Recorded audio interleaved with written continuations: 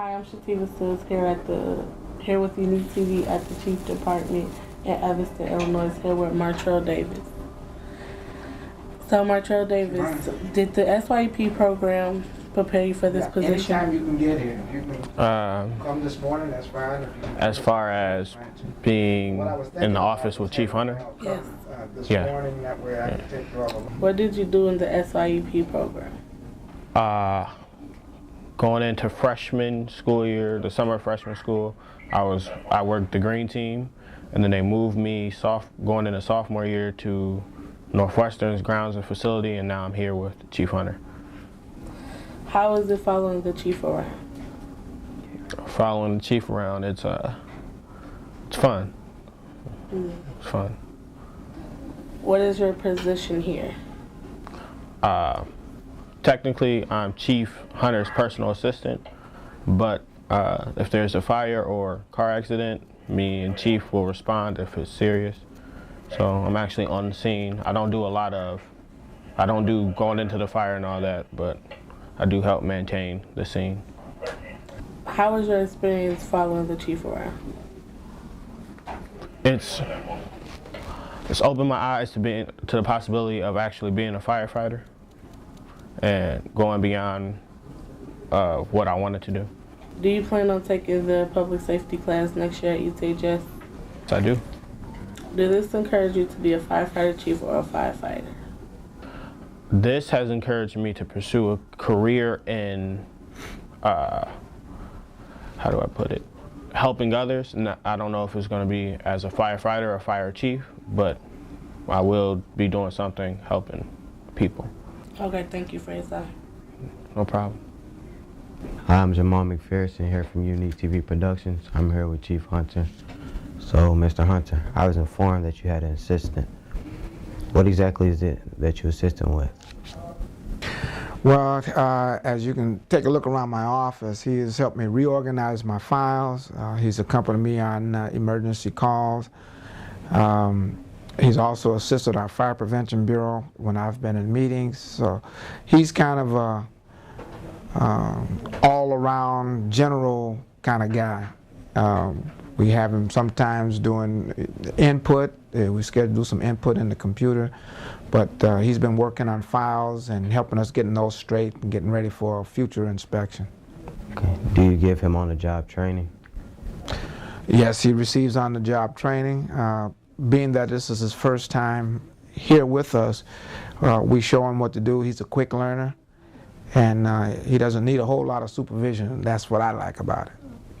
As the chief, what do you feel your obligations are for the City of Evanston Fire Department? Well, I've been here 33 years, so and I grew up here, so my obligation to this department is to do the best job and prepare my guys to do the best job possible for the citizens of Evanston. Those are the individuals we really work for. What was one of your worst situations on fighting a fire? One of my worst situations is when we had a guy lost in a building some years ago, but we found him and got him out. And I've only experienced losing a guy once, so I guess that's the story I just told you is my second worst. My first worst is when we lost Marty Leone. He used to be my partner on the ambulance when I was young on the job, and we lost him in a house fire on Jackson. When fighting a fire, what goes through your mind? My thoughts when we engage in firefighting is to quickly find the fire, make sure there's nobody in the house, and put the fire out. Our job is to save lives first, then property. So we want to make sure the people are out of the building, and then extinguish the flames to save the people's property. Do you enjoy your job? I love it. I wouldn't have been here 33 years if I didn't enjoy it. We have one of our youth that wants to be an upcoming firefighter. What are you giving words of encouragement? What is your words of encouragement? It's to continue to have the mindset and the work ethic that he does. He works hard. He asks questions when he doesn't understand. And in order to be a good firefighter, you always have to learn. And he's willing and able to do that. And by him participating next year in the public safety class, at the high school will also boost his enthusiasm about the job. And I encourage any other youth, whether they working for me here this summer or they're going to engage in the public safety class at the high school, or they don't want to, but they're interested in firefighting. Come to a fire station. They're public buildings. You can come and ask questions about the job. Take a look at the equipment.